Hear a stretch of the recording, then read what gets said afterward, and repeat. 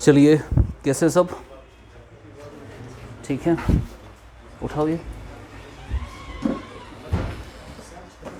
हाँ, चलो सबसे पहले थोड़ा बहुत आइडिया मिलना चाहिए कि आप लोगों ने क्या क्या किया है। Will start with you. क्या किया आपने? बैठ के बताओ जल्दी जल्दी।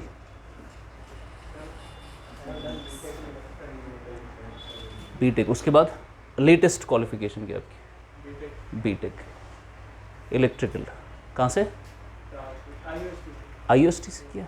आईओएसटी इस्लामिक यूनिवर्सिटी। हाँ, एनीथिंग बट इस्लामिक। आप बताइए। आईओएसटी आपने किस में? बीए। सब्जेक्ट?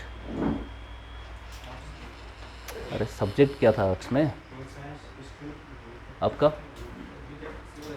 कहाँ से? हिमाचल से। आपने कहाँ से? इस्लामिया कॉलेज। आपको तो पता। 12th सब्जेक्ट आपको पता। आपकी ब्रदर नहीं आए? आप फाइनल ईयर? Final year. हाँ आप, अच्छा आपका तो मुझे आइडिया है। एमएससी इन केमिस्ट्री ख़त्म हो गया तुम्हारा? पता। आपने ये नर्सिंग? आपने nursing? BSc geography. PG 12th पास? पास तो होना, लेकिन साइकोलॉजी पीजी। नाइस। आपने ये किया? सिविल लव का पता है मुझे। हाँ आपने? आप 12th। ठीक है। अब देखिए, कोई यहाँ पीजी है और कोई क्या है 12th क्लास। अब बाहर क्या होता है जब आप सिविल सर्विसेज में आना चाहते हैं ना, ऐसे लोगों के लिए, अरे बाप रे, लग गया मुंह पे तो मैं आता हूँ अभी।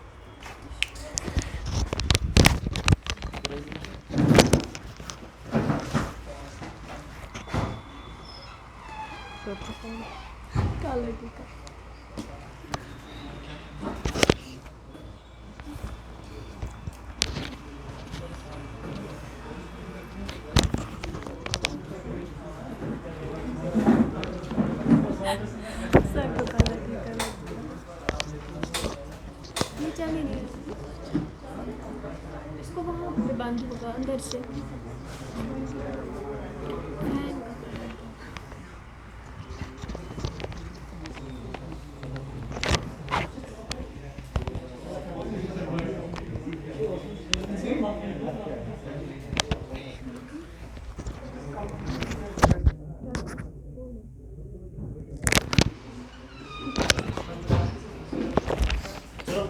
देखो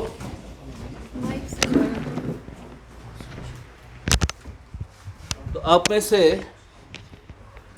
जो बच्चे पीजी है और जो बच्चे 12th पास हैं, पीजी वाले गलती करते हैं कि सर हमने लेट शुरू किया। 12th वाले गलती करते हैं कि हम अभी छोटे हैं, ठीक है, वी आर यंग, हमारे पास अच्छा खासा टाइम है। टाइम निकल कैसे जाएगा आपको पता भी नहीं चलेगा, और ये प्रिपरेशन अच्छा खासा टाइम लेता है। पीजी वालों का एक फ़ायदा इसमें यह है, they have a good solid educational background, वो पिकअप जल्दी करेंगे। 12th वालों का क्या, उनको ज़ीरो से बढ़ाना है धीरे धीरे धीरे। क्योंकि इनका पिकअप जल्दी है, ये जल्दी ख़त्म कर सकते हैं। क्योंकि इनका अभी शुरू ही हुआ है मामला, इनको काफ़ी टाइम लगेगा, साल 2 साल 3 साल। अब मामला है मैं आईएएस की बात करूँगा, बिकॉज आईएएस और केएएस सिलेबस तो अब सेम है। आईएएस की बात इसलिए करेंगे बिकॉज आईएएस आपका हो जाएगा, अगर आपने आईएएस को टारगेट किया, केएएस उसी में आपका निकल जाना चाहिए। जैसे मैं बार बार कहता हूँ कि आपका केएएस का कोई भी टॉपर निकालो, आप रैंक 1, रैंक 2, रैंक 3, उनसे बात करो, वो सब के सब बोलेंगे आपको हम किसके लिए पढ़ रहे थे, आईएएस के लिए। आप एसएसबी का कोई भी टॉपर निकालो, किसी भी एग्ज़ाम का, वो सब के सब आपको बोलेंगे हम किसके लिए पढ़ रहे थे, केएस के लिए। यानी आप बात समझेंगे, अगर आपको एसएसबी भी क्वालिफाई करना है आपको केएस के लिए पढ़ना पड़ेगा। जो एसएसबी, मेरे नज़र में जो एसएसबी के लिए पढ़ता है उसका एसएसबी क्वालिफाई नहीं होता, वो क्लास 4 में ही रह जाएगा। बिकॉज एसएसबी का उसका डोमेन ही काफ़ी छोटा है, उसकी ब्रैकेट ही काफ़ी कम है, उसका बैंड ही काफ़ी कम है।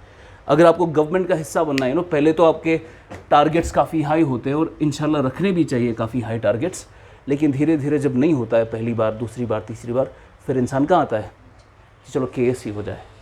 फिर केएस में भी कुछ अता पता है नहीं, फिर इंसान क्या बोलता है चलो एसएसबी ही हो जाए। लेकिन जब इंसान बिल्कुल नया होता है ना, और मुझे पता है 12th वाले लड़के हैं, उनको आईएएस के बगैर आप कुछ भी बोलो वो नहीं मानेंगे। वाई? बिकॉज उनका टारगेट काफ़ी हाई है। लेकिन धीरे धीरे धीरे जब आप व्हेन रियलिटी स्ट्राइक्स यू, जब आपको पता चलता है चलो कुछ भी मिल जाए तो काफ़ी है, तो धीरे धीरे में ये अच्छी बात है, आप उसके लिए टारगेट कर रहे हो, दैट इज़ वेरी गुड। और मैं भी चाहता हूँ कि आप इसके लिए टारगेट करो, लेकिन धीरे धीरे ये दिमाग में रखना है। इस बीच जब मैं ये पढ़ रहा हूँ, अगर मुझे मौका मिला मैं केएस भी दूंगा, मुझे मौका मिला मैं एसएसबी भी दूंगा। और बड़ी बात नहीं है, आप एसएसबी क्वालिफाई करके फिर से केएस क्वालिफाई कर, आईएएस क्वालिफाई कर सकते हो, नो बिग डील। जैसे कि आपका क्या नाम था उसका, कन्हैया कुमार, कनिष्क कटारिया, वो एमएनसी में काम करता था, प्राइवेट जॉब था उसका। फिर जब उसको लगा कि भाई इस साल मेरे बहुत हाई चांसेस है, जॉब क्विट किया, उसी साल उसको रैंक 1 आई। फिर आपको एक टाइम ऐसा आता है ना, आपको फील आ जाता है प्रिपरेशन में, स्लोली एंड ग्रेजुअली एक टाइम ऐसा आएगा, आपको फील आ जाएगा दिस इज़ द ईयर, इस साल होने वाला है। जैसे होता है ना, मरने से पहले किसी को फील आ जाता है कि शायद मैं इस साल जाने वाला हूँ, लाइकवाइज ऐसा फील आ जाता है। जिसको फील कभी नहीं आएगा ना, उसका क्वालिफाई भी कभी नहीं होता। कभी आपको एक प्रिपरेशन धीरे धीरे 2-3 साल के बाद आपको एक ऐसा फील, एक टाइम ऐसा आता है, आपको फील हो जाता है इस साल हो जाएगा। फिर नहीं हुआ वो तो अलग बात है, बट हो जाता है, कभी फील आता है ऐसा। नाउ सी, फिर से मैं बोलूँगा you have to target this. इसको टारगेट करेंगे आपके इनके चांसेस ड्रास्टिकली बढ़ेंगे।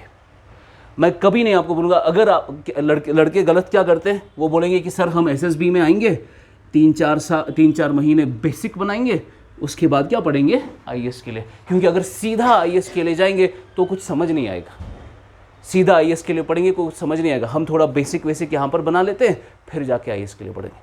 अब आप हमारे क्लास में ऑलरेडी 12th क्लास के बच्चे हैं, आप उनको पूछो क्या आपको कुछ ज़रूरत है बेसिक्स की जब आईएएस के लिए पढ़ते हैं।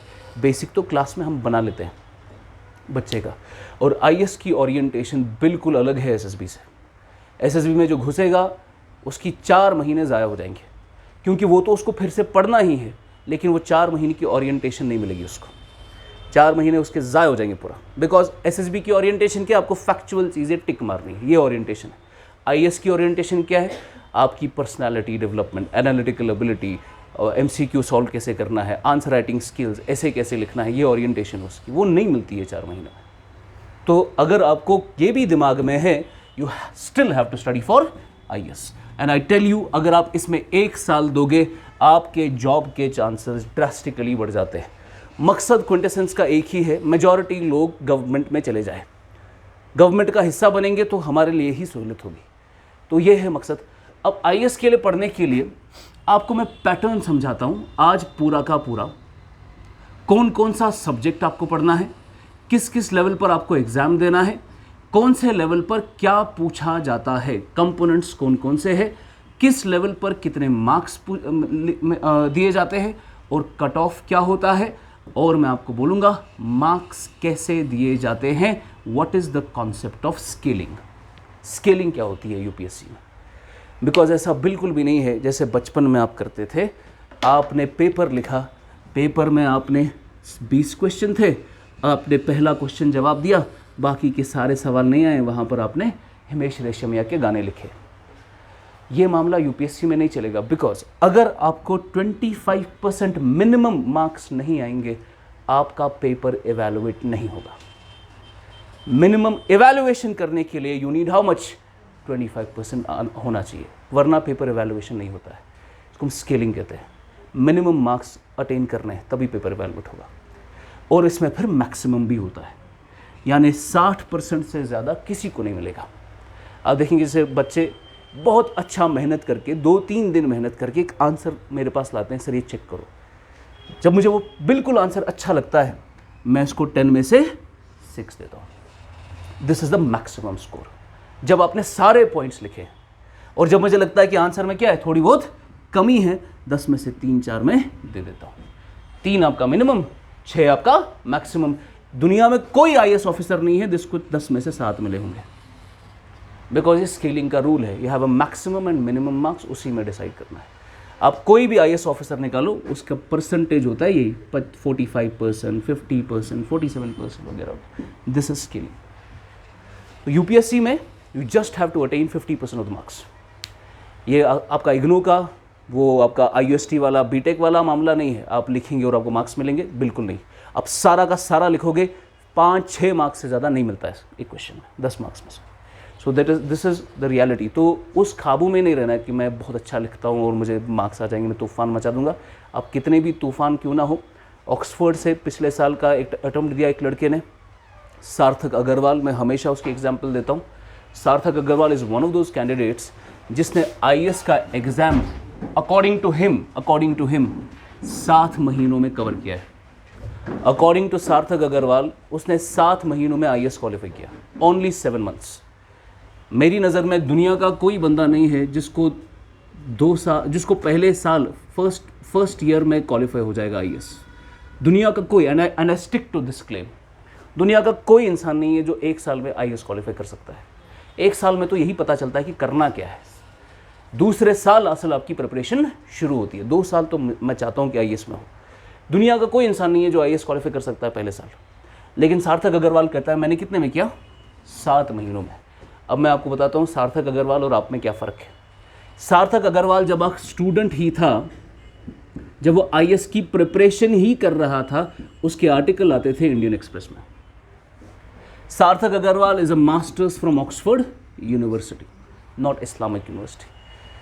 तो गाय लाइक दैट, जिसको ऑलरेडी नज़र है पॉलिटिक्स पर, जिसको ऑलरेडी जो आर्टिकल लिखता है इंडियन एक्सप्रेस पर, इंडियन एक्सप्रेस आपका सोर्स मटेरियल है UPSC के लिए। जो आप UPSC प्रिपरेशन में पढ़ते हो, इंडियन एक्सप्रेस, द हिंदू, उस पर उसके आर्टिकल आते थे जब वो स्टूडेंट ही था। He has been the topper of CBSE class 12। उसके बाद वो बाहर गया, बाहर भी टॉप किया, फिर वापस आया, 7 महीनों में क्वालिफाई किया। क्यों? क्योंकि इसकी बेस बनी हुई है, उसमें कर सकते हो। उसका मैं नहीं मानता उसने 7 महीनों में शुरू किया होगा फिर 7 महीने ख़त्म किया होगा, नहीं। शुरू तो बहुत पहले किया था, बस प्रिपरेशन को शक्ल उसने आखिरी 7 महीनों में दी है। अगर आपका बेस अभी तक अच्छा खासा बन चुका है, PG की लेवल तक आपने अच्छी खासी नॉलेज एक्वायर की है, अब उसको शेप देनी है, एक चैनलाइज करना है एक तरफ, फिर वो आपका जल्दी हो सकता है। और जो छोटे बच्चे हैं उनका बेस बनाना है, उनको नॉलेज बनानी है। अब एक एक करके पहले पैटर्न समझते हैं UPSC का। अब जिनको ये भी नहीं पता कि UPSC क्या है, UPSC एक रिक्रूटमेंट एजेंसी है, यूनियन पब्लिक सर्विस कमीशन, जो सिविल सर्विसेज एग्जामिनेशन कराते हैं, CSE। तो आज से आप नहीं बोलेंगे कि IAS का एग्जाम है, हम क्या बोलेंगे, CSE, सिविल सर्विस एग्जामिनेशन। यही सिविल सर्विस एग्जामिनेशन कौन कंडक्ट कराता है, JKPSC हमारे स्टेट के लेवल पर, उसको भी हम CSE ही कहते हैं। तो जब हम बोलते हैं UPSC में ऐसा आया था, तो UPSC में ऐसा आया था किस एग्जाम में, सिविल सर्विस एग्जाम में। क्योंकि UPSC सिर्फ CSE नहीं कराता, UPSC बहुत सारे एग्जाम्स कराता है। JKPSC सिर्फ CSE नहीं कराता, JKPSC बहुत एग्जाम्स कराता है। उसमें से सबसे पॉपुलर एग्जाम कौन है, सिविल सर्विस एग्जामिनेशन। जब आपने ये एग्जाम क्वालिफाई किया, based on the rank that you have, आपको क्या मिल सकता है, IAS, आपको क्या मिल सकता है, IPS, आपको क्या मिल सकता है, IFS, आपको क्या मिल सकता है, फॉरेस्ट सर्विसेज, आपको क्या मिल सकता है, रेवेन्यू सर्विसेज, आपको क्या मिल सकता है, डिफेंस सर्विसेज वगैरह वगैरह वगैरह, अकाउंट सर्विसेज, IAAS वगैरह। तो ये पूरा उसमें जब आप मेंस क्वालिफाई करते हैं ना, फिर आपको देना पड़ता है प्रेफरेंस कि मैं अगर मुझे अच्छे मार्क्स आए तो मुझे क्या प्रेफरेंस चाहिए, ठीक है ना। सो दिस इज ऐसे ही आप अगर JKPSC का सिविल सर्विस एग्जामिनेशन क्वालिफाई करोगे, वहाँ 3 ऑप्शंस होते हैं। एक होता है KAS, कश्मीर एडमिनिस्ट्रेटिव सर्विस, दूसरा होता है KPS, कश्मीर पुलिस सर्विस, तीसरा होता है कश्मीर अकाउंट सर्विस। तो यहाँ पर आपको 3 सर्विसेज मिल सकती है, अकाउंट्स, एडमिनिस्ट्रेशन एंड पुलिस। वहाँ पर आपको दुनिया भर की सर्विसेज मिलेंगी। लेकिन हर कोई कौन बनना चाहता है, KAS और IAS बनना चाहता है, बिकॉज वो स्केल में काफ़ी ऊपर आता है। देखो आप सेम एग्जाम क्वालिफाई करके IPS और IAS बन रहे हो, सेम एग्जाम, लेकिन IPS को सलाम ठोकनी पड़ती है, किसको, डिस्ट्रिक्ट मैजिस्ट्रेट को। This is why everybody wants to become an IAS officer. समझ गए, हालांकि उनका दोनों का ग्रेड क्या होता है, बराबर, लेकिन he has to stay in line to meet the district collector. So ये है, that is why you want to become an IAS officer. अच्छा, तो यूपीएससी एग्ज़ाम कंडक्ट कराती है IAS का सिविल सर्विस एग्जामिनेशन. अब ये सिविल सर्विस एग्जामिनेशन जिसको हम UPSC CSE कहते हैं या शॉर्ट में IAS का एग्ज़ाम कहते हैं, इसमें होते हैं हकीकत में सिर्फ 2 लेवल्स. एक होता है जिसको हम कहते हैं प्रिलिमिनरी, दूसरा होता है जिसको हम कहते हैं मेंस. जो नए बच्चे हैं वो ये साथ साथ लिखो, because this is the orientation that you want. आपको पता होना चाहिए कहाँ पर क्या चीज़ है. Preliminary and mains. अब मकसद क्या है, आपको ये पता होनी चाहिए कि UPSC CSE IAS का एग्जाम क्वालिफाई करने के लिए the actual thing that you qualify is mains. Mains में आपका नॉलेज चेक होगा. मेंस में असल टेस्ट होता है आपकी नॉलेज का. इसमें आपका क्या क्या टेस्ट होगा, आप आंसर राइटिंग स्किल्स कैसे हैं आपके. अब देखो, कल को आप डिस्ट्रिक्ट मैजिस्ट्रेट बने पर आपको लेटर लिखनी नहीं आती, आपको आंसर लिखना नहीं आता, एनालिटिकल कैपेबिलिटी नहीं है, एडमिनिस्ट्रेटिव एटीट्यूड नहीं है, वो सब चेक होगा इधर. Answer writing skills, essay writing skills. अब देखो, आप समझ रहे होंगे सर मैं तो डिस्ट्रिक्ट कलेक्टर बनूंगा, मुझे क्या लिखने की ज़रूरत है लेटर, मेरे पास तो पर्सनल असिस्टेंट होगा, 10 लोग होंगे जो मेरे अंदर काम कर रहे हैं, उनसे लिखवा देंगे. मगर नहीं, आ जाओ ऑपरेट, खुला ही रखो इसको. कम इन जल्दी बैठो, आ जाओ इधर, मत करो बंद, खुला रखो. तो आप क्या बोलोगे कि सर मुझे ऐसे लिखने की क्या ज़रूरत है, मैं क्यों 1000 वर्ड्स का ऐसे लिखूं. 2 ऐसे लिखने, एक तो 1000 वर्ड का, एक फिर 1000 वर्ड का दूसरा लिखना है. पहले ऐसे आता था, आपको ऐसे आता था टेक्नोलॉजी पे, आपको पूछा जाएगा बताइए भाई 5G टेक्नोलॉजी कैसे इंडिया को चेंज कर सकता है. Artificial intelligence, virtual reality, augmented reality, internet of things, आपको आएगा क्रिप्टो करेंसी पे वगैरह वगैरह. ये क्या है, ये टेक्निकल टॉपिक्स है. आप इस पे 1000 क्या 5000 वर्ड लिख सकते हो, लेकिन इससे समझ नहीं आएगा कि बंदे की थिंकिंग कैसी है. मैं आपको बोलूँगा 5G पे आप टॉपिक लिखो, 1000 वर्ड लिखो, तो आप लिख सकते हो 5G पे, लेकिन हमें समझ नहीं आएगा कि ये सोचता कैसे है, क्या ये कहीं फंडामेंटल तो नहीं है, एक्सट्रीमिस्ट तो नहीं है, इसकी सोच कहीं ख़राब तो नहीं है. तो हमें ऐसे और आंसर राइटिंग में आपकी सोच नज़र आती है, आप सोचते कैसे हो. इसीलिए आजकल UPSC में ये एसेज नहीं आते. UPSC में क्या आते हैं, फिलोसॉफिकल एसेज आते हैं. आपको एक स्टेटमेंट दी जाएगी, बोला जाएगा आप इस पर क्या सोचते हैं. वहाँ पर उनको समझ आएगा कि ये बंदा किस तरीके का इंसान है. समझ गए आप, that is the actual test of your personality. तो UPSC में नॉलेज तो चेक होगा, बिकॉज हमें DC ऐसा चाहिए, SP ऐसा चाहिए जिसके पास अच्छा खासा नॉलेज हो हिंदुस्तान के बारे में, दुनिया के बारे में, ताकि उसको अप्लाई कर सके अपनी एडमिनिस्ट्रेशन में. मगर वो इंसान सही होना चाहिए, वो इंसान दुरुस्त होना चाहिए, क्रिमिनल टाइप ऑफ माइंड नहीं होना चाहिए, उसका एटीट्यूड होना चाहिए दुरुस्त. वो दिख जाता है जब कोई आंसर लिखता है. आपको बोलूँगा बताओ what is your aim in life. अब जो आप लिखोगे पता चल जाएगा कि आपकी सोच कैसी है कि नहीं. तो ऐसे क्या है, ऐसे शॉर्ट में ये टेस्ट क्या है, ये टेस्ट है आपकी पर्सनैलिटी का. और उसमें वो आपको फाड़ कर रख देते हैं, आपका सारा लेंथ ब्रेड्थ हाइट सारा निकाल देते हैं आपकी पर्सनैलिटी का, वो निकल जाता है. इसमें सिर्फ आपको सब्जेक्टिव टाइप ऑफ आंसर्स नहीं लिखने, मेंस के अंदर ही आपका पर्सनैलिटी टेस्ट होता है, जिसको हम क्या बोलते हैं, interview. Interview is a part of mains. Interview कोई थर्ड स्टेज नहीं है, इंटरव्यू मेंस की स्टेज है. आपको लिया जाएगा 20 मिनट, आपका ग्रिलिंग होगा, बोर्ड होगा, किसी का भी बोर्ड आपको मिलेगा, बिकॉज इतने सारे कैंडिडेट्स होते हैं तो एक इंटरव्यू बोर्ड नहीं होता, इंटरव्यू बोर्ड्स मल्टीपल होते हैं. तो आपको किसी का बोर्ड अलॉट हो जाएगा, वो आपको फाड़ के रख देंगे, आपको पता चल जाएगा. उनको एक साइकोलॉजिस्ट बैठा होता है उधर, वो देखता रहता है आपका बिहेवियर कैसा है, नर्वस तो नहीं है, एटीट्यूड कैसा है. अगर इसको सवाल पूछ रहे हैं, कभी क्या होता है, जैसे हमने भी यहाँ किया था मॉक इंटरव्यू, तो एक लड़के को हमने बैक टू बैक सवाल पूछे. ये नहीं था कि इसको पता है या नहीं, ये था कि जब इसको बैक टू बैक सवाल पूछेंगे ये कैसे बिहेव करेगा. I did that. मैंने उसको 12-13 फैक्चुअल सवाल पूछे बैक टू बैक. उसने क्या गलती की, जो मैंने पहले सवाल पूछा था वो पहले उसका जवाब देने बैठा. Sir let me complete that. इधर ही पता चल गया भाई इसका दिमाग सही नहीं है. अगर मैं पूछ रहा हूँ दूसरा सवाल तो दूसरे सवाल का जवाब दो, मैं तीसरा पूछ रहा हूँ तो तीसरे का जवाब दो. वो छोड़ो पीछे क्या था. उसको क्या लगा कि नो पहले मैं वो कवर करूँगा, फिर मैं इस पर आऊँगा, फिर मैं, इसको लगता है इससे थोड़ा ईगोइस्टिक इंसान है.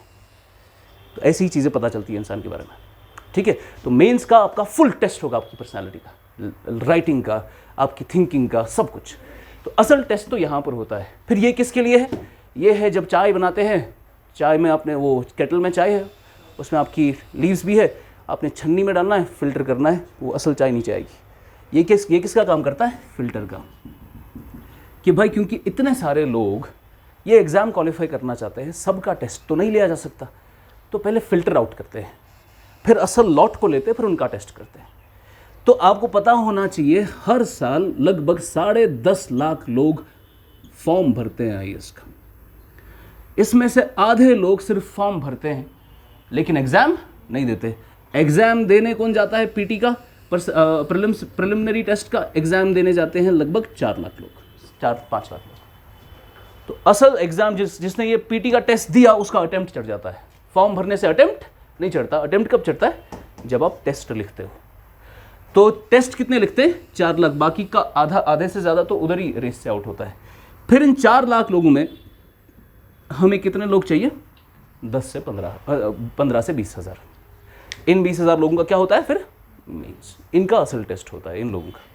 लेकिन यानी 4 लाख 4.5 लाख लोगों में आपको 90% ऑफ द पॉपुलेशन को फिल्टर आउट करना है। फिल्टर आउट करने का बहुत ही हार्ट ब्रेकिंग प्रोसेस होता है। Because according to me the most difficult stage in this exam is to get into this 20,000, ताकि आपका असल टेस्ट हो सके। ये करना, ये जो 4 लाख से 20 हज़ार तक पहुंचना, ये है असल काम। Preliminary test is the most difficult stage. Why? Because prelims में आपको 100 सवाल आते हैं and you have no idea ये सवाल क्या होंगे। आपने स्किल्स डेवलप किए हैं, आपकी पर्सनालिटी अच्छी है, वो है, ये है, वो सब कुछ अच्छा है, मगर ये 100 सवाल करना बहुत मुश्किल है। समझ गए आप? लेकिन जिसको नब्ज़ आ जाती है एग्ज़ाम की, वो हर साल प्रीलिम्स क्वालिफाई करता है, क्योंकि उसको पता चलता है कि प्रीलिम्स में है करना क्या है। ठीक है ना? तो ये धीरे धीरे विद टाइम पता चलता है कि how to qualify the prelims examination. जैसे I take my example, I have failed in mains but there is no prelims in my life जो मैंने आज तक क्वालिफाई नहीं किया है, because I know how to qualify prelims. Mains में कुछ रहती है, कुछ गलतियाँ हो जाती है, बट प्रीलिम्स में वंस यू नो कि करना क्या है, यू विल क्वालिफाई इट, और हर साल क्वालिफाई करोगे। Now let us see the pattern. तो मैंने आपको पहले इसका मकसद बताया कि मेंस और प्रीलिम्स का मकसद क्या है। अब प्रीलिम्स में आपके कितने पेपर होते हैं? 2 पेपर, GS1 एंड GS2। मैं बिल्कुल ज़ीरो से बता रहा हूँ आपको, this is the first class. GS1 होता है आपका जनरल स्टडीज, GS2 होता है आपका CSAT यानी थोड़ा बहुत मैथ, रीजनिंग, इंग्लिश कॉम्प्रहेंशन। जो बचपन में पैसेजेस आते थे, वो पैसेज में नीचे क्वेश्चन होते थे, वैसे ही कुछ पैसेजेस। हालांकि यूपीएससी के पैसेजेस और बचपन वाले पैसेजेस आसमान ज़मीन का फ़र्क है। यूपीएससी के पैसेजेस बहुत बहुत अच्छे लेवल के होते हैं, तो CSAT में यही सब होता है। थोड़ा बहुत 10th लेवल का मैथ, थोड़ा बहुत रीजनिंग, थोड़ा बहुत डेटा इंटरप्रिटेशन, आपको ग्राफ मिलेगा, कोई बार ग्राफ होगा, हिस्टोग्राम होगा, आपको कुछ डेटा निकालना है वहाँ से, उसके लिए मैथ की नॉलेज होनी चाहिए थोड़ी बहुत, और इंग्लिश कॉम्प्रहेंशन एट्सेट्रा। तो पैसेज होंगे लगभग आधे से ज़्यादा पेपर तो क्या होता है? इंग्लिश कॉम्प्रहेंशन ही होता है। अगर आपका कॉम्प्रहेंशन अच्छा है, अगर मैथ नहीं भी आता आपको, स्टिल क्वालिफाई। ठीक है ना? तो इसमें CSAT में टोटल कितने सवाल होते हैं? 80 क्वेश्चंस होते हैं, 80 क्वेश्चंस। इसको सिर्फ आपको पास करना है, आपको यही 33% मार्क्स लाने हैं। 80 क्वेश्चन में से अगर आपके 30 क्वेश्चन दुरुस्त हुए, आप क्वालिफाई कर लोगे। 80 में से 30, पैसेजेस ही लगभग 40 होती है। ठीक है ना? तो ये आसान पेपर है, लेकिन CSAT को फिर भी आपको इग्नोर करने की ज़रूरत, नो डाउट ये क्वालिफाइंग नेचर का होता है, मगर CSAT अच्छी लेवल का आता है, पास करना भी मुश्किल हो जाता है। तो आपको थोड़ा बहुत बेसिक आइडिया होना चाहिए मैथमेटिक्स का, रीजनिंग का, इंग्लिश कॉम्प्रहेंशन का। CSAT के लिए there is only one thing, एक ही सोर्स है इसका सोर्स होता है प्रीवियस ईयर क्वेश्चंस, और कुछ नहीं करना इसके लिए।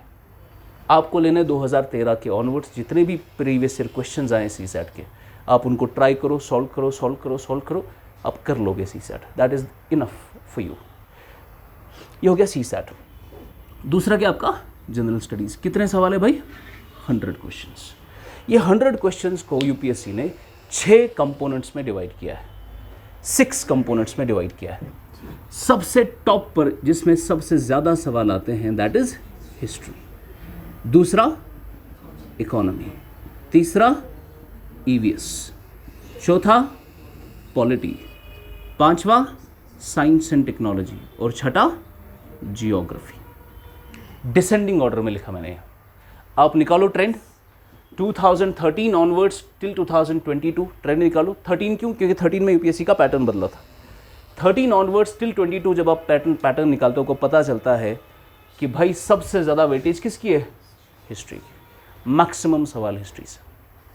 तो आपको पता चलना चाहिए प्रीलिम्स में वेटेज ज़्यादा किसकी है। उसके बाद economy close to 20%, 20 to 25%। Current जोड़कर मैं बता रहा हूँ, इकोनॉमी का करंट जोड़कर बता रहा हूँ मैं, is from economy 20 to 25%। EVS 18-20%, यानी 100 में से 20 सवाल ईवीएस से होते हैं। अब ईवीएस छोटा कंपोनेंट है, I understand that, but EVS important component है। वाई? बिकॉज आज फॉरेस्ट सर्विसेज का और सिविल सर्विसेज का एग्जाम एक ही होता है, प्रीलिम्स एक ही होता है उसका। जो परसों जो इकबाल डार आए थे वो क्या है? वो फॉरेस्ट ऑफिसर है, लेकिन उसे कौन सा प्रीलिम्स दिया? आईएएस का, बिकॉज उनका प्रीलिम्स क्या है? सेम। तो फॉरेस्ट और सिविल सर्विसेज का प्रीलिम्स एक ही होता है, और क्योंकि उसमें फॉरेस्ट भी अब इंक्लूडेड है और फॉरेस्ट की वजह से ईवीएस की वेटेज काफ़ी बढ़ गई है। तो नंबर 3 पे आपका ईवीएस है, एनवायरमेंटल साइंस, अच्छा खासा ईवीएस आता है। उसके बाद पॉलिटी, बचपन में सिविक्स पढ़ा था, सिविक्स को ही थोड़ा उधर इधर करके पॉलिटी बनता है, कॉन्स्टिट्यूशन वगैरह वगैरह। उसके बाद साइंस एंड टेक्नोलॉजी। तो साइंस वाले स्टूडेंट हैं उनको थोड़ा इसमें मज़ा आएगा, पर इसमें भी ऐसी सारी कंपोनेंट्स होते हैं जो उन्हें पढ़े नहीं होते। जैसे टेक्नोलॉजी में जो नया नया चीज़ हो, बायोटेक है, नैनोटेक है, डिफेंस टेक्नोलॉजी है, स्पेस टेक्नोलॉजी है, एस्ट्रोनॉमी है वगैरह वगैरह।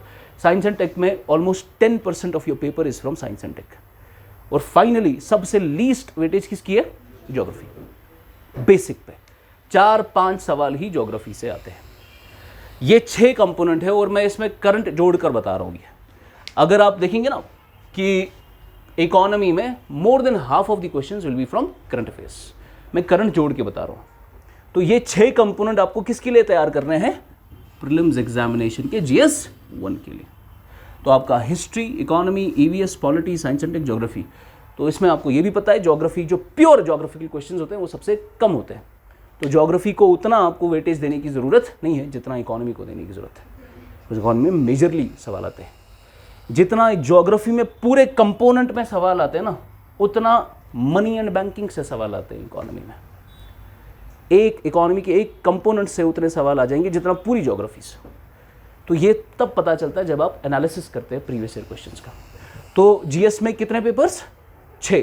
History, economy, EVS, polity, science and tech and geography, ये 6 के 6 कंपोनेंट मिलकर टोटल कितने क्वेश्चंस हो गए? 100 क्वेश्चंस।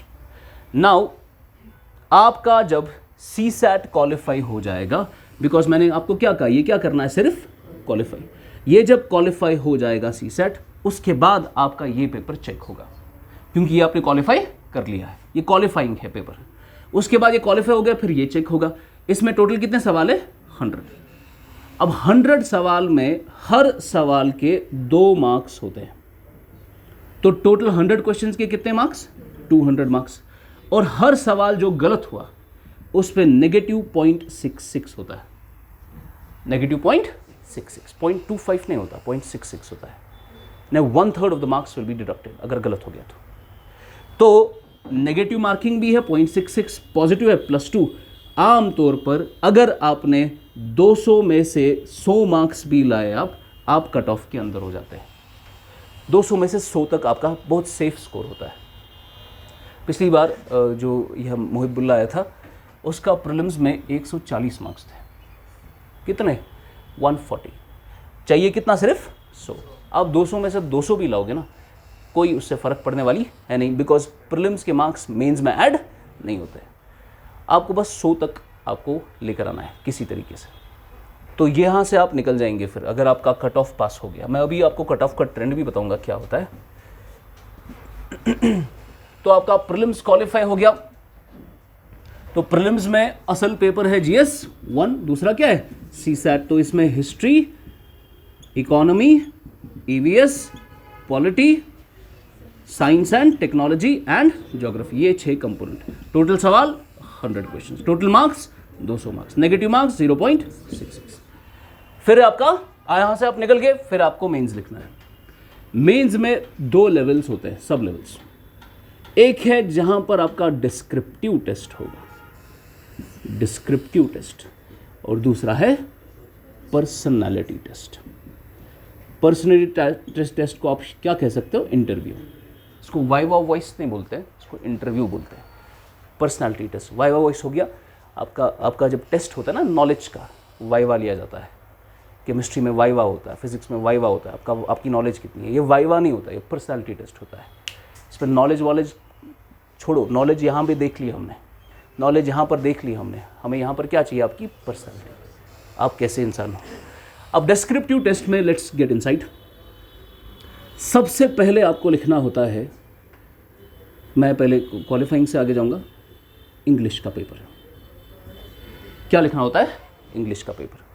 अब इंग्लिश का पेपर है बिल्कुल बेसिक लेवल का होता है, 10th लेवल का होता है। ये क्या होता है, क्वालिफाइंग नेचर का। आपको मिनिमम अगर 25% भी आ गए, इट इज़ इनफ। मिनिमम आपको 25% लाने हैं। इसमें इंग्लिश में कितने मार्क्स होते हैं, 300 मार्क्स। तो 300 मार्क्स आपके इंग्लिश के पेपर के, आपको सिर्फ 25% लाने हैं, आपका ये इंग्लिश का पेपर क्वालिफाई हो जाएगा। इंग्लिश के मार्क्स ऐड नहीं होते, इसको बस क्वालिफाई करना है कि क्या आपको थोड़ी बहुत इंग्लिश आती है या नहीं। दूसरा, इसमें एक और पेपर होता है लैंग्वेज का। एक लैंग्वेज का पेपर, कश्मीरी उठाओ, उर्दू उठाओ, हिंदी उठाओ, जो आपको आती है। एक लैंग्वेज का पेपर आपको उठाना है, उसमें भी आपको थोड़ा क्वालिफाई करना है। उसको कितने परसेंट लाने, 25%। उसके भी मार्क्स कितने, 300 मार्क्स। ये दोनों पेपर आपको बस क्वालिफाई करने हैं, इसके मार्क्स ऐड नहीं होते हैं। समझा। उसके बाद आपका पहला पेपर जो ऐड होगा, अब सबसे पहले ऐसे 2 लिखने हैं आपको, और उसके मार्क्स कितने हैं, 250 मार्क्स। ऐसे के बाद आप लिखेंगे GS 1 पहला पेपर, फिर GS 2 दूसरा पेपर, GS 3 एंड GS 4, और हर एक के कितने मार्क्स, 250 एंड 250 मार्क्स।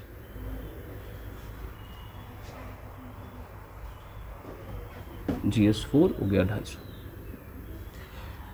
तो ये हो गया GS के पेपर, यानी जनरल स्टडीज़ के, जो आपने history, economy, environment, polity, science and tech, geography पढ़ा। इन्हीं में अब आपको ये वाले टेस्ट देने हैं, लिखना है आंसर। तो GS 1 में, GS 2 में, GS 3 में आपके यही सारे सब्जेक्ट्स हैं। अभी मैं बताऊंगा क्या क्या सब्जेक्ट होता है उसमें। तो GS 4 में आपका एक और सब्जेक्ट एथिक्स होता है। उसके बाद आपका एक और टेस्ट होगा, किसका, optional paper 1 and paper 2। Optional के 2 पेपर होंगे, यानी एक तो एक कंपलसरी पेपर है जो हर एक बच्चे को लिखना है, और एक ऑप्शनल पेपर होगा जो आपका अपना ऑप्शनल होगा। और ज्योग्राफी है, साइकोलॉजी है, जिसमें आपको पढ़ना है पढ़ दो। तो ऑप्शनल के 2 पेपर में भी कितने मार्क्स, 250 और 250 मार्क्स। टोटल कितना हो गया ये, 250 टोटल हो गया 1750, 1750। तो मेंस में डिस्क्रिप्टिव टेस्ट में कितने मार्क्स होते हैं, 1750। तो मेंस में 1750 मार्क्स है। मेंस से आप निकलेंगे, फिर आप क्या देंगे, पर्सनालिटी टेस्ट। उसके कितने मार्क्स है, 275 मार्क्स। यहाँ पर 250 है, वहाँ पर 275। तो टोटल अब बताओ, 1750 प्लस 275 कितना हो गया, 2025 आपके टोटल मार्क्स होते हैं। ये टोटल मार्क्स में से 1000 भी आपने ले आए, यू विल क्वालिफाई। 2000 में से अगर 1000 भी आ गया, मोर देन इनफ। 2000 में से 1100 तो टॉपर को होते हैं। तो ऐसा मामला चलता है, 1750 इधर, पर्सनालिटी टेस्ट के 275, ये दोनों आपको ऐड करने हैं, तो टोटल मार्क्स आपका हो गया 2025। इस तरीके से है आपका पेपर।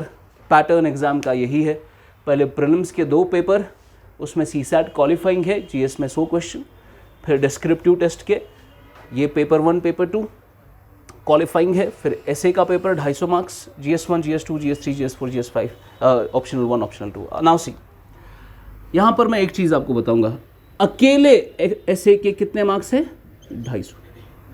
अब मैं थोड़ा खुल के जब ये बताऊँगा आपको कि इसमें क्या क्या आता है, आपको खुद पता चलेगा मुझे मेंस में इन सारे पेपर्स में सबसे ज़्यादा फोकस कहाँ करना चाहिए। Now let's write down the components. Prelims के कंपोनेंट मैंने आपको बताए, अब थोड़े मेंस के कंपोनेंट लिखते हैं। मेंस का पहला क्या है आपका एसे, उसके बाद GS 1, GS 2, GS 3 का पेपर, GS 4 का पेपर और फिर ऑप्शनल के कितने पेपर? 2, ठीक है ना। अब GS 1 में आपका कौन कौन सा कंपोनेंट है? नंबर 1, ऐसे में तो सिर्फ ऐसे लिखना है। GS 1 में आप लिखेंगे history,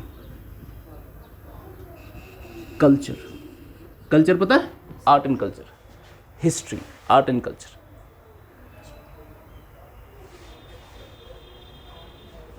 history, art and culture. Geography भी कहाँ आता है? GS 1 में। और यहां पर एक छोटा सा कंपोनेंट आता है सोसाइटी का। GS 1 history, culture, geography, society. GS 2 यहां पर क्या आता है? Polity, social issues, international relation, IR, social issues, international relation.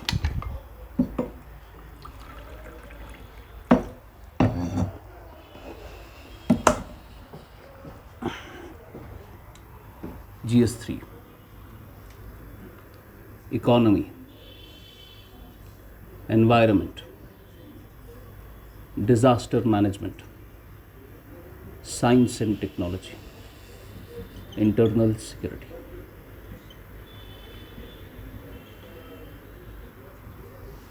GS 4 ethics, optional जो आपको लेना है। ये याद करना है आपको। 1 में आपका हिस्ट्री, कल्चर, ज्योग्राफी, सोसाइटी, ये इतने सारे कंपोनेंट एक ही है और इसके मार्क्स कितने हैं? 250। इसमें आपके इतने सारे 250। GS 3 लोगों को डर क्यों लगता है GS 3 से? बिकॉज में बहुत सारे कंपोनेंट्स है। इसमें भी कितने मार्क्स? 250।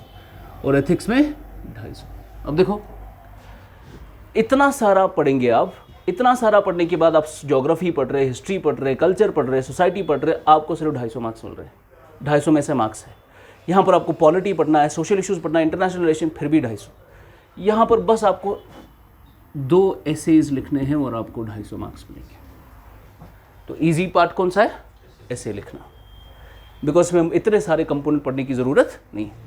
आपका एसे अगर अच्छा स्कोर आप कर लोगे, ये आपकी पहली प्रायोरिटी होनी चाहिए कि आपका एसे अच्छा होना चाहिए, फर्स्ट प्रायोरिटी। क्योंकि इन सारे GS 1, 2, 3 में इतने सारे कंपोनेंट्स में कोई भी अच्छा स्कोर नहीं करता है। इन पेपर्स के बेसिस पर कोई भी क्वालिफाई नहीं करता है। क्वालिफाई होता है किस बेसिस पर? एसे के बेसिस पर। और GS 4 में सिर्फ क्या है? एथिक्स, उसमें भी कितने मार्क्स? 250। और फिर आपका ऑप्शनल। तो आपका एसे, एथिक्स और ऑप्शनल आपका क्वालिफाई करने में आपको काफ़ी हेल्प कर सकता है। अब ऑप्शनल क्यों? बिकॉज ऑप्शनल आपका अपना सब्जेक्ट है, इट्स योर ओन सब्जेक्ट। आपने सोशियोलॉजी लेना है, आपने एंथ्रोपोलॉजी लेना है, जियोग्राफी लेना है, पब्लिक एडमिनिस्ट्रेशन लेना है, साइकोलॉजी लेना है, फिलॉसफी लेना है, एट्सेट्रा एट्सेट्रा, पॉलिटिकल साइंस लेना है, PSI। पॉपुलर ऑप्शनल्स है क्योंकि आपका अपना सब्जेक्ट है, इसमें आप अच्छा कर सकते हैं। स्कोर इन 3 में ज़्यादा स्कोर नहीं होता, इसमें अच्छा स्कोर होगा, इसमें अच्छा स्कोर होगा और ऑप्शनल में अच्छा स्कोर। ऑप्शनल के 2 पेपर में टोटल मार्क्स कितने हो गए? 500 मार्क्स। समझा? So this is how you to study for mains. Mains को आपको इस तरीके से डिवाइड करना है। हालांकि मैंने कह रहा हूँ कि इसमें you have to skip it, इसमें अच्छा खासा स्कोर आना चाहिए। Because I have already told you, अगर आपके पेपर में 25% से कम मार्क्स आ गए, the paper will not be evaluated. तो आपको हर पेपर क्वालिफाई करना है, हर पेपर में कुछ ना कुछ लिखना है। तो अगर मैं जब आपका तीसरे दिन आपका आंसर राइटिंग का सेशन होगा, वहाँ पर मैं बताऊँगा आपको कि क्वेश्चंस, आपका अगर क्वेश्चन 20 मार्क्स का है और आपको उस क्वेश्चन के बारे में कुछ भी आइडिया नहीं, तो फिर भी आप उस क्वेश्चन को कैसे लिख सकते हो without even knowing the answer.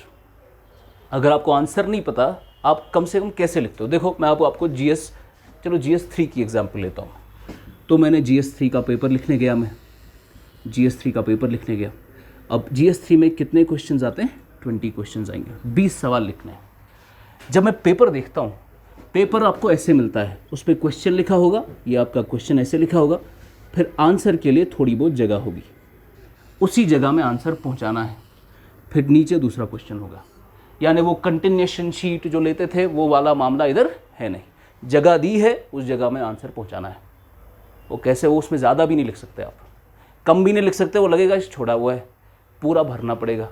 अब सवाल ये है कि मैं आपको दावे के साथ बोल रहा हूँ, अगर आपने 2-3 साल की बहुत अच्छी मेहनत की है, उसके बावजूद 10 सवाल से ज़्यादा नहीं पता होगा आपको, 10 क्वेश्चन से ज़्यादा आपको नहीं पता होगा मेंस का। 50% ऑफ द पेपर तो पता ही नहीं होता कि वो लिखा क्या उन्होंने। लेकिन आप किसी भी टॉपर से पूछो, उनको बोलो क्या आपने 20 में से कोई एक क्वेश्चन छोड़ा? बोले कोई नहीं छोड़ा हमने, सब के सब लिख डाले। इसमें से शुरू के 10 सवाल जो अच्छे से आते थे उनके क्वालिटी आंसर्स लिखे, बाकी के 10 सवाल जो अच्छे से नहीं आते थे उनको छोड़ा नहीं, उनमें भी कुछ ना कुछ लिखा। यानी जो सवाल आपको नहीं भी आता उसको लिखने की ज़रूरत है, उसके लिए स्ट्रैटेजीज होती है आंसर राइटिंग की। आप कैसे एक सवाल को डिकोड करके उसको सेगमेंट्स में डिवाइड करके कैसे उससे आंसर निकाल सकते हो, थोड़ा बहुत एक डायमेंशन क्रिएट करने का। तो आप बिना एक क्वेश्चन को जाने भी आंसर लिख सकते हो, उसके लिए टेक्निक होती है कुछ आंसर राइटिंग की। देखो, आंसर लिखने से पहले the important thing is to think about the answer, और आपको आंसर के बारे में सोचना कैसे है, वो है आंसर राइटिंग टेक्निक, कि how to think about a question, about topic. मैं आपको टॉपिक देता हूँ, मैंने आपको बताओ भाई क्या फिस्कल काउंसिल इंडिया में आना चाहिए या नहीं आना चाहिए, क्या फाइनेंस कमीशन को परमानेंट स्टेटस मिलना चाहिए या टेम्परेरी स्टेटस ठीक है उसका, ये सवाल दिया मैंने आपको। Now you have to think about it, because ये सवाल ऐसे नहीं है कि जो बना बनाया आंसर होगा वही आपके छपा कर लिख दिया आंसर में। You have to think about the question then write an answer of your own. किसी किताब में नहीं होता ये। आपको मैंने दे दिया कि क्या जो, अब देखो असल स्ट्रॉन्ग बॉडी कौन है पार्लियामेंट में, लोकसभा या राज्यसभा? हाँ, गवर्नमेंट कहाँ से चुनकर आती है? लोकसभा से। क्या राज्यसभा, अब मैं पहली बार आपको सवाल दे रहा हूँ, क्या राज्यसभा को हमें डिसॉल्व करना चाहिए, खत्म करना चाहिए? ये पहली बार सुन रहे हो ना आप? नो यस बाद में। मैं ये बोल रहा हूँ जस्ट थिंक अबाउट इट। मैंने आपको बोल दिया कि हिंदुस्तान की कॉन्स्टिट्यूशन में ये सेक्युलर जो हमने बनाए कॉन्स्टिट्यूशन को, इंडिया की कॉन्स्टिट्यूशन है ना, प्रियम्बल में लिखा है सेक्युलर कंट्री है, यानी यहाँ पर कोई स्टेट का रिलीजन नहीं है, मल्टी रिलीजियस कम्युनिटी है पर स्टेट का कोई रिलीजन नहीं है, स्टेट सेक्युलर है। मैं आपको बोलता हूँ सवाल में, secularism was a historical mistake.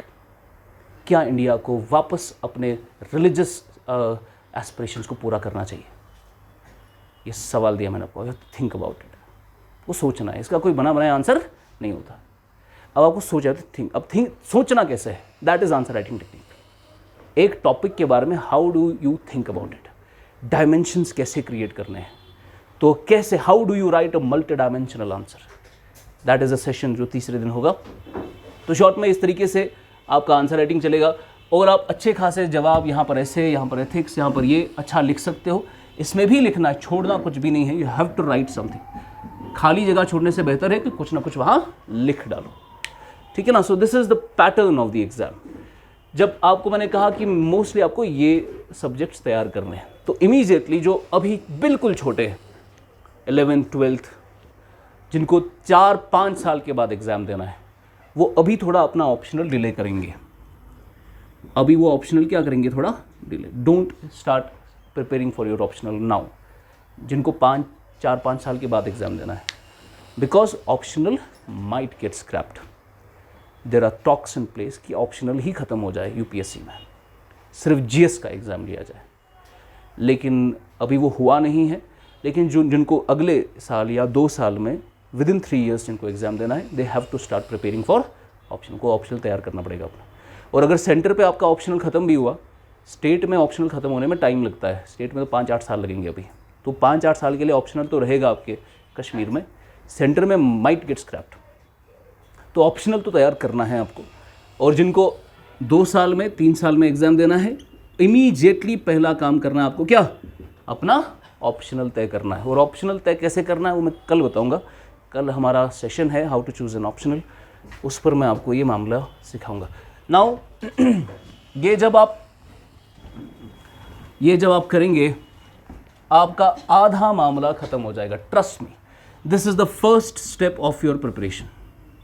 First step क्या है? एग्ज़ाम का पैटर्न निकालो, कौन सी लेवल पर क्या पूछा जाता है वो याद करो, इन शॉर्ट सिलेबस को पूरा याद कर लो। ये जो मैंने निकाला, ये कहाँ से निकाला मैंने? सारा सिलेबस से। तो आपको पता होना चाहिए GS1 में क्या क्या टॉपिक्स है, टॉपिक लिखे हुए हैं उधर। GS2 में क्या क्या टॉपिक्स है, GS3 में क्या क्या टॉपिक्स है, 4 में क्या क्या पूछा जाएगा वो लिखा हुआ है उधर। फिर ऑप्शनल में आपको masters level of understanding develop करनी है। ऑप्शनल आपका एंथ्रोपोलॉजी है, टॉपिक लिखा होगा। ऑप्शनल आपका ज्योग्राफी है, टॉपिक लिखा होगा। ये फलाना फलाना फलाना टॉपिक कवर करके आना है। This is the first step. Don't think about कि भाई मुझे बुक्स क्या लाने, डोंट थिंक अबाउट मुझे मटेरियल कहाँ से मिलेगा, मुझे कोचिंग मिलेगी नहीं मिलेगी, वो बाद की बातें हैं सारी। पहला बात है, आप सिलेबस निकालो, एग्ज़ाम का अच्छे से अध्ययन करो, उसकी हर एक लेवल्स की डिमांड समझो। प्रीलिम्स की डिमांड क्या है? आप प्रीलिम्स का सिलेबस निकालोगे ना, वहाँ पर डिमांड है कि हम क्या चाहते हैं कि प्रीलिम्स में क्या हो। मेंस की डिमांड होती है सब्जेक्ट की कि हम क्या चाहते हैं कि आपके पास क्या होना चाहिए। पीटी की पर्सनालिटी टेस्ट की डिमांड होती है। आप निकालेंगे सिलेबस, आपको वहाँ पता चलेगा what is it that they want. जब यहाँ पर मॉक इंटरव्यूज़ होते हैं, हम इंटरव्यू का जो लिखा हुआ है सिलेबस में, उसका एक पैच हर इंटरव्यू पैनलिस्ट के सामने रखते हैं। ये निकालना है बच्चे से, बिकॉज ये लिखा हुआ है कि ये होना चाहिए बच्चे में। समझ रहे आप? इस सिलेबस में दिया हुआ है आपको क्या अंडरस्टैंडिंग होनी चाहिए। You have to think about each and every level कि यह इस लेवल पर क्या क्या सब्जेक्ट है, उसका पैटर्न क्या है और कहाँ पर क्या सिलेबस है। एक बार अब याद हो गया ना, 50% of the job is done here. Because मैं आपको दावे के साथ कहता हूँ, यहाँ पर बच्चे ऐसे भी हैं जो पिछले साल से पढ़ रहे हैं, उनको सिलेबस भी अभी तक पता नहीं है। उधर ही उनको ना समझ आता है कि हम उठा क्या रहे हैं, हम छोड़ क्या रहे हैं। हमने जैसे एथिक्स शुरू किया, अब कुछ बच्चों को पता ही नहीं, सर ये क्या हमने शुरू किया है, कहाँ पर पूछा जाता है, इसमें क्या क्या है, कुछ नहीं पता उन्हें। भाई आपने जब सिलेबस ही नहीं देखा तो आपको कैसे पता चलेगी? समझ गए? This is the first thing that you to do. आप सिलेबस पूरा याद करो, पैटर्न समझो, प्रीलिम्स, मेंस और इंटरव्यू में क्या पूछा जाता है और किस किस लेवल पर किस किस पेपर में कौन कौन से टॉपिक्स हैं। फिर जब यहाँ पर हम कोई टॉपिक उठाएंगे, जैसे हमें इसके बाद मुझे एग्रीकल्चर उठाना है, आपको बोलूँगा कहाँ है एग्रीकल्चर। अब मैंने एग्रीकल्चर उठाया, मैंने ख़त्म भी किया। मोस्ट ऑफ द स्टूडेंट्स ऐसे होंगे इनको पता भी नहीं कि एग्रीकल्चर है कहाँ पर, इसको पूछा कहाँ जाएगा, क्या प्रीलिम्स में पूछा जाएगा या मेंस में पूछा जाएगा। अब आप जब सिलेबस निकालोगे आपको पता चलेगा एग्रीकल्चर कहाँ पे लिखा है। GS3 में टॉपिक दिए हुए हैं वहाँ पर। एग्रीकल्चर में आपको टारगेटेड पब्लिक डिस्ट्रीब्यूशन सिस्टम पढ़ना है, MSP का टॉपिक लिखा हुआ है, मिनिमम सपोर्ट प्राइस सिलेबस में लिखा हुआ है। आपको लिखा हुआ है एनिमल रेयरिंग पे, food processing technology, food processing industries. Agriculture GS3 का टॉपिक है। अब हमने एग्रीकल्चर उठाया, बच्चे को पता ही नहीं। कल को हम उठाएंगे इंटरनल सिक्योरिटी, तो बच्चे को पता नहीं कि भाई सिक्योरिटी कहाँ पर पूछी जाती है। कल को हमने उठाया सोशल इश्यूज़, उनको पता ही नहीं कि सोशल इश्यूज़ कहाँ पर पूछा जाता है। हमने उठाया सोसाइटी, तो ये पता होना चाहिए आपको कम से कम। ये this is your homework that you to do. तो गो होम, आप पैटर्न, ये ऐसे जो मैंने पैटर्न बताया, अब तो पैटर्न बता ही दिया मैंने। आप बस सिलेबस निकालो, हर एक लेवल की डिमांड समझो और हर एक जगह पर जो पूछा जाता है उसको याद करो। उसको रट्टा मारना है, रट्टाफिकेशन करो, इसको गोटा याद करो। एक बार गोटा याद हो जाएगा, आपको सब समझ आएगा।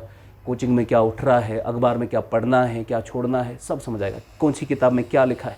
जैसे आप जाते हैं ना किसी टीचर के पास, सर ये किताब देखना, ये ठीक है, पढ़ूँ या नहीं। जाते हैं आप किसी के पास, सर एक किताब देखिए कि अब पढ़ूँ मैं या नहीं पढ़ूँ।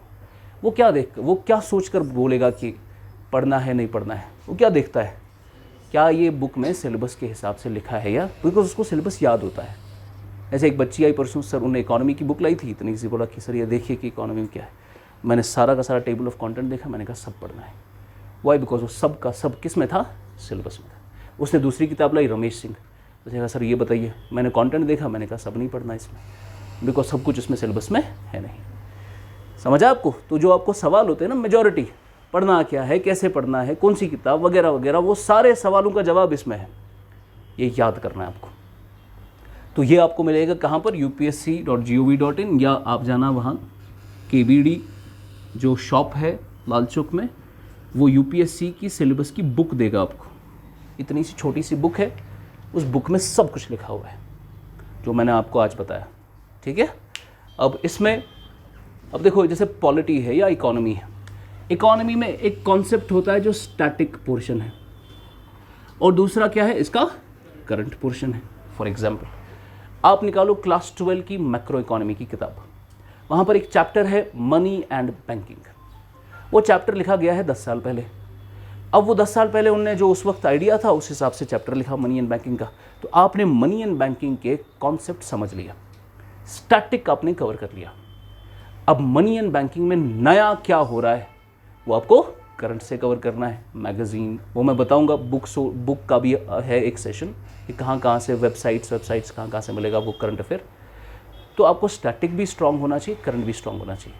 अब इसका प्रपोर्शन कितना है, स्टैटिक कितना, करंट कितना, ज़्यादा सवाल कहाँ से आते हैं, ज़्यादा फोकस किस पे करना है। अब पिछले कुछ टाइम से करंट की बहुत हाइप क्रिएट की गई है कि करंट पढ़ते रहना है। भाई वो करंट पड़ता है, जैसे रिसेंटली आरबीआई ने क्या किया, क्योंकि अभी महंगाई हो रही है महंगाई। अभी आरबीआई ने महंगाई को कंट्रोल करने के लिए रेपो रेट को 40 बेसिस पॉइंट्स बढ़ाया। Let's suppose they increased it to 4.6%। Increase to 4.6%। ये करंट की न्यूज़, आपने अखबार उठाया, आपने याद करना शुरू किया, हाँ आरबीआई ने कितना बढ़ाया 40 बेसिस पॉइंट, और अभी की रेपो रेट क्या है 4.6%। करंट में आपने याद किया, मगर ना आपको पता है कि आरबीआई है कौन, ना आपको पता है कि रेपो रेट किस काम आती है, ना आपको पता है बेसिस पॉइंट क्या होता है। आपने जब स्टैटिक ही कवर नहीं किया, आपको करंट क्या खाक समझ आएगा। आपको आरबीआई का पहले पता होना चाहिए, आरबीआई का जेनेसिस कैसे हुआ। आरबीआई क्या पहला सेंट्रल बैंक है इंडिया का? नहीं, इससे पहले भी एक सेंट्रल बैंक होता था, इंपीरियल बैंक ऑफ इंडिया। उसको बंद किया कब? 1935 में। फिर क्या आया? आरबीआई जब बना तब क्या था? प्राइवेट सेक्टर था। आज क्या है? आरबीआई गवर्नमेंट का बैंक है। आरबीआई के क्या फंक्शंस है? आरबीआई करेंसी अथॉरिटी है, मॉनेटरी अथॉरिटी है, फाइनेंशियल सेक्टर का रेगुलेटर है, बैंकिंग सेक्टर का रेगुलेटर है, बैंकर ऑफ द बैंक्स है, बैंकर ऑफ द गवर्नमेंट है, lender of the last resort है। आरबीआई पता चल गया आपको। आरबीआई का एक फंक्शन है बैंक्स को कर्जा देना। जिस रेट पे आरबीआई कर्जा देता है उस रेट को क्या बोलते हैं? Repo rate. और आरबीआई अगर रेपो रेट बढ़ाता है 100 बेसिस पॉइंट कितना हो गया? 1%। तो आरबीआई ने कितना बनाया? 40 बेसिस पॉइंट। 40 बेसिस पॉइंट कितना हो गया? 0.4%। तो ये स्टैटिक में पता चलता है। अब स्टैटिक स्ट्रांग होगा, करंट अपने आप समझ आता है। समझ गए? Just do this, get the syllabus. कल हम डिस्कशन करेंगे, पर अभी आपका सर ये स्टैटिक करंट पर he'll take another half an hour. Okay, thank you.